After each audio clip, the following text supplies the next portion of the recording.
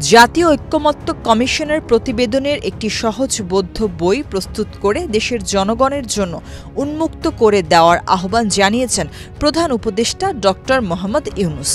২৯ October বুধবার সন্ধ্যায় রাষ্ট্রীয় অতিথি ভবন যমুনায় প্রধান উপদেষ্টার কাছে ৮ খণ্ডের প্রতিবেদন হস্তান্তর করেছেন জাতীয় ঐক্যমত্য কমিশনের সদস্যরা। ৮ খণ্ডের এ প্রতিবেদনে ঐক্যমত্য কমিশনের সুপারিশ, সভা ও কার্যবিবরণীর বিস্তারিত রয়েছে। এ সময় প্রধান উপদেষ্টা বলেন, এই প্রতিবেদন সাধারণের সহজবোধ্য একটি ভার্সন তৈরি করতে হবে, বই আকারে প্রকাশ করতে হবে যাতে সাধারণ মানুষ, স্কুল কলেজের শিক্ষার্থীরা পড়ে বুঝতে পারে এবং অন্যদেরও বুঝাতে পারে। বইটি ইংরেজি ও বাংলা দুই ভাষাতেই প্রকাশের আহ্বান জানান তিনি। এক্সট্রিম মশার কয়েল প্ল্যান্ট ফাইবার দিয়ে তৈরি, তাই সহজে ভাঙে না, সুগন্ধিযুক্ত ও নিরবিচ্ছিন্নভাবে জ্বলে। ডেঙ্গু, চিকুনগুনিয়া বাহি সহ যে কোনো মশার বিরুদ্ধে দেয় এক্সট্রিম সুরক্ষা। প্রধান উপদেষ্টা আরও বলেন, ভবিষ্যতে এই বইটি যেন শিক্ষার্থীদের জন্য অবশ্য পাঠ্য হয়ে যায় সেটিও বিবেচনায় রাখতে হবে।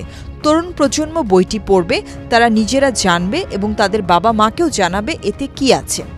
প্রতিবেদন হস্তান্তরের সময় উপস্থিত ছিলেন ঐক্যমত্য কমিশনের সহ-সভাপতি প্রফেসর আলী রিয়াজ।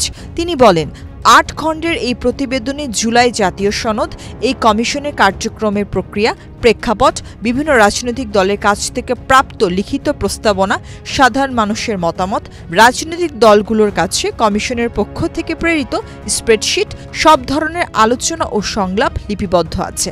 প্রফেসর আলী রিয়াজ আরও বলেন, আমাদের বিশ্বাস ভবিষ্যতে এই ৮ খণ্ডের প্রতিবেদন বিভিন্ন ক্ষেত্রে দেশে বিদেশে গবেষণার জন্য দলিল হয়ে উঠবে।